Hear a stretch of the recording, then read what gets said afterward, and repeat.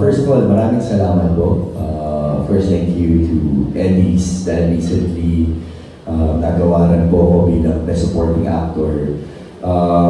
You know, I'm just very grateful right now because it's actually my third time para po sa Sparkle World Tour. Nung una, we went to Canada as well. We went to Tokyo last year, and then this time, Canada ulit. So, nakakatuwa kasi, I mean, tayo mga Pilipino, syempre, gusto natin na makilala yung mga kapuso po natin na nasa abroad. Alam po natin ang kanilang mga buhay doon. At kumbaga lahat po ng mga tagumpay na natamasa ko dito sa ating bansa, siguro gusto kong dalhin yun sa kanila because ang totoo niya ng ating mga taga-suporta, ang ating mga kababayan, sila po ang nagsisilbing inspirasyon sa atin to work harder at patuloy na nagawin kung ano ang aking mga layunin at hangarin sa buhay. At yun po ay para patuloy na makapagbigay ng saya sa marami mga tao, lalo na po sa mga kapuso po natin na nasa ibang bansa. So I'm very excited, lalo pa ngayon na makakasama ko po ang aking mamay. At matagal kami magkakasama doon. At syempre, kaming lahat napupunta po doon sa Canada. Sobrang nakaka-excite po. Thank you, Ruru. And just a quick question for... Oo, napaka-importante kasi sa experience ko sa buhay ko, kasi ako, ano rin ako fangirl din ako Kumbaga, kahit artista ako, fan ako. So, pag nakikita ko yung in person, yung mga artista, kinikilig ako, natutuwa ako, naiiyak ako. And I think yung mga kababayan natin, kapag nakita nila kami, na iba kasi pag personal mo nakikita yung nakakasalamuha, nakakamayan, naiiyakap, iba yung dating, and I think yun. Kasi namimiss nila yung Pilipinas, parang kami yung representative ng mga Pilipino, parang makita at mayakap natin sila. Thank you, and good luck. Kasi ako, so, by season siguro, so alam ko na, kumbaga, kumbaga sa bala, alam ko na yung ibabala ko pagdating doon sa mga Pilipino pag mag-perform ako doon, and alam ko rin kung ano yung ibabala ko pagdating dito. Pero more of doon kasi namimiss ka nila Hindi ka tulad dito, minsan nakikita ka nila sa daan, nakikita ka nila sa mall. Doon ang layo, hindi ka naman nila makikita, bihira ka nalang makita. So I think, mas easier, pero mas maingay and mas masaya kapag nag-perform ka abroad. And nakakaiyak din at the same time, lalo na pag Pasko, nakikita mo na pag kumanta ka ng Christmas song, yung mga Pilipino nakikiiyak sa'yo. So, nakakaiyak din, nakaka-touch. So, gustong-gusto ko pag pumupunta ako sa abroad and nag-perform for them. Ayun, ano naman kung pwedeng abangan po ng mga kababayan natin doon? Yung mga more on dance number po ba kayo o mag-comedy po? Comedy, dancing, katawa, tumbling, oral labag, plancha, ay ko yan. Puputulin ulit yung kanta, tapos nabalik. Kaya ko rin yun. Walang lyrics, kaya ko yun, pero kumakanta ako.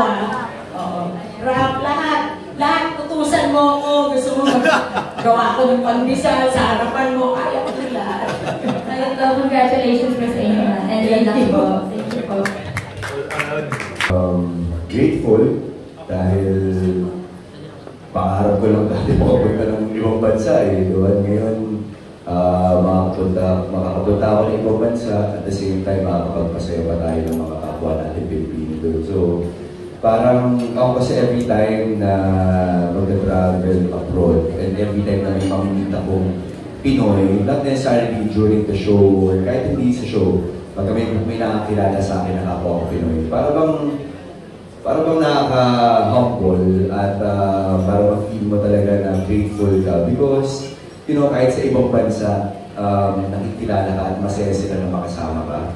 So, pagdating mo ng Pilipinas, pagbalik mo, may energize ka and lalo kang gaganahan magtrabaho. So, I'm very grateful, especially to Sparkle, sa lahat po ng mga producers at sponsors po natin.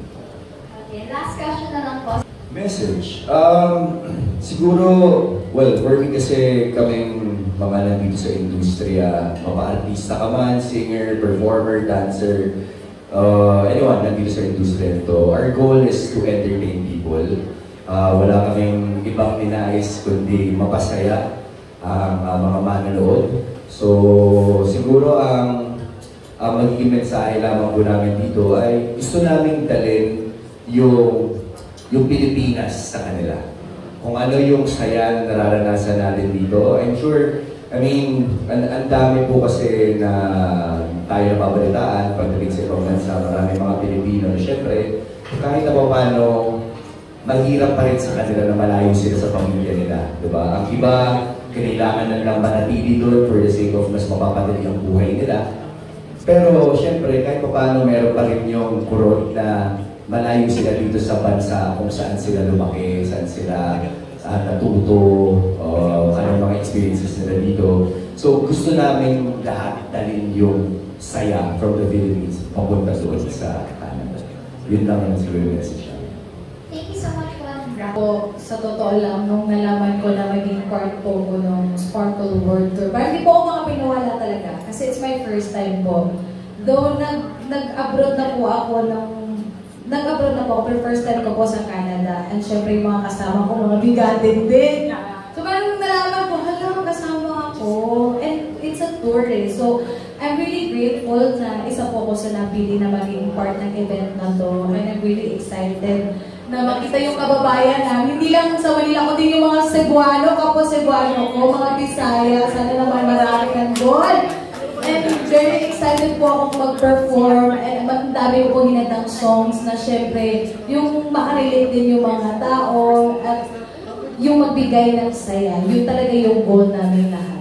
Yes, ma'am. So speaking of songs, ano yung mga dapat expected sa mga performance? Kasi dito pa lang, di ba, parang bonggang-bongga na talaga pinapakita. What more doon ka sa Canada? Yes po, actually pinaghandaan ko din po talaga yung mga songs ko na dapat din po. Siyempre bibirit ako kasi yun po talaga yung ano ko eh, yung forte ko. So, yung mga songs ko din, for sure na relatable din, na makasing along mo din yung mga kapwa Pinoy para naman ma-feel din nila yung, alam mo yun, kasi pag nag-perform ko talaga ako sa abroad, I make sure na yung mga songs ko, alam din talaga ng mga Pinoy. So, yun po yung hinanda ko.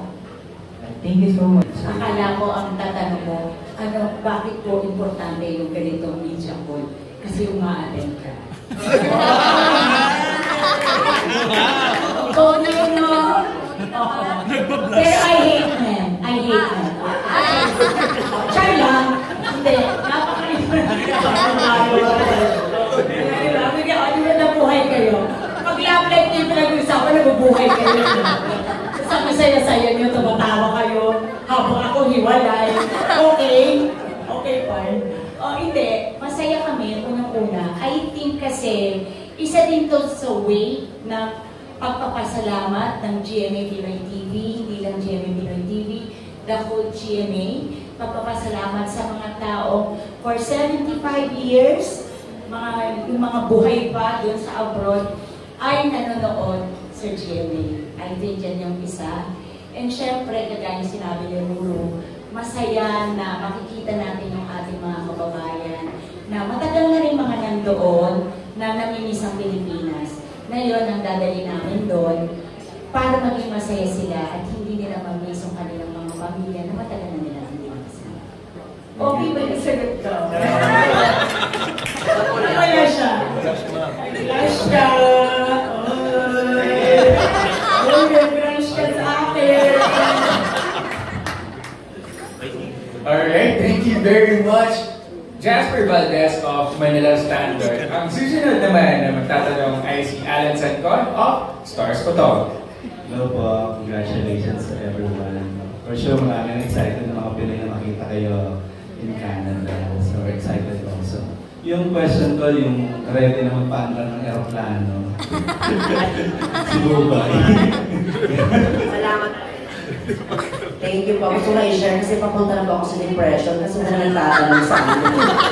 Sabi ko, Lord, huwag mo hayaan mapunta ako. Uy, wala po siya sana siya. Tatanungin kaya ako. Uy, goodbye. Tupiki spiritual. At least din ako, Lord. Sabi ko, may magtatanong ka ba? Alam naman ka naman yun. Hello po. Kaya may tatanungin ko na. Dahil paborito ka ng Sparkle na ipadala sa ibang bansa. Diba this is your second time you'll be part ng Sparkle World Tour last year. So, anong masasabi mo? Anong feeling mo ngayon na for the second time around, you'll be part of the Sparkle World Tour? Siyempre, sobrang grateful pa din talaga sa pagkakataon na pagkakatiwalaan nila ako. Ibig sabihin, naniniwala sila sa kung ano pwede kong i-share na talento at magpapasaya sa ating mga minamahal na mga kapuso na nasa ibang bansa, lalo na sa Canada, na pang-walong beses ko na itong year na to, di ba? Since 2030, tapos thank you sa Sparkle kasi nagtiwala pa rin sila. Kaya, yun. Pero may pressure at the same time kung anong pwede ko pang maibigay sa kanila. Pero ano pa naman na si Lord ay nandyan. At andito yung mga kasamahan natin, mga kapuso natin, na co-artist natin na alam namin na magtutulungan kami talaga. Hindi namin mababayaran ng isa't isa. Kaya makakaasa yung mga kapuso natin abroad na talaga namang kakaibang performances muli ang kanilang matutungkayan. Yeah. Yung second question ko ba, ano yung pinaka-tumatak na experiences mo dun sa first Sparkle World Tour mo doon na hindi mo malilimutan na pwede mong share sa amin? Yung first, siguro nagpunta ako sa Church Street. Hindi. Charot lang, hindi kasi last time yung kasama namin si kasama namin si Miss Janeline Mercado, di ba? Nag-show kami dalawa for GMA din. Tapos parang that time, Pride Month. So, kung ano man yun, i-search nyo na lang. Hindi, masaya talaga sa Toronto, kaya I look forward pa rin palagi. Parang kada punta mo doon, parang palagi first time yung pakiramdam. Tapos lalong lumalawak yung mga makikilala mo doon. At the same time, pagdating mo pa lang sa airport, welcome ka na agad-agad. Kaya hindi mo pagsasawaan talaga. Thank you, bye. Congratulations. Maraming salamat, Alan Sancon of Stars Photo. Miss Pepita. Thank you so much sa award na to. So first of all, congratulations to sa tour and good luck. So, question ko is, ano ba ang preparations na ginawa mo for this world tour? Actually, abang tago pa lang nag-prepare na ako. Pipina November pa tayo. Kaya nag-diet po ako for the tour. Hindi, syempre, alam mo, ang preparation talaga dyan, kapag ikaw yung nagpa-perform, yung experience mo sa pagpa-perform, yun yung talagang preparation. Kasi, ako, I'm very thankful sa Sparkle kasi from Sparkle Tour Iloilo, Sparkle Tour Ilocos, yung mga regional TV. Ngayon, Sparkle Tour Canada na. Diba? Kaya maraming siyempre naman yung GMA Regional TV, diba? Ako, maraming sabi. Pero preparation, dasal, confidence, konting ligo. So last na po, so sino po sa kanila apat po yung gusto niyo po maka-collab sa isang performance? At bakit? Siyempre si Ruru. Hindi siyempre silang lahat. Well, siyempre si Bubay kasi bata pa lang kami, magkasama na kami nagpo-perform. Wow, bata. So, toddlers to lang kami. Siyempre si Miss Ai, nako, it's an honor na makasama at makatabi. Siyempre si Ruru, si Miss Ai, si Jessica, si Bubay na talaga namang equally talented people. Wow! Ba't nakakita kayo? Gwapo no? Kaysa naman tumingin din ako sa kanya. Ayun. So, lahat sila excited ako makasama, maka-perform kasi alam ko nga marami akong matututunan sa kanila. Thank you so much.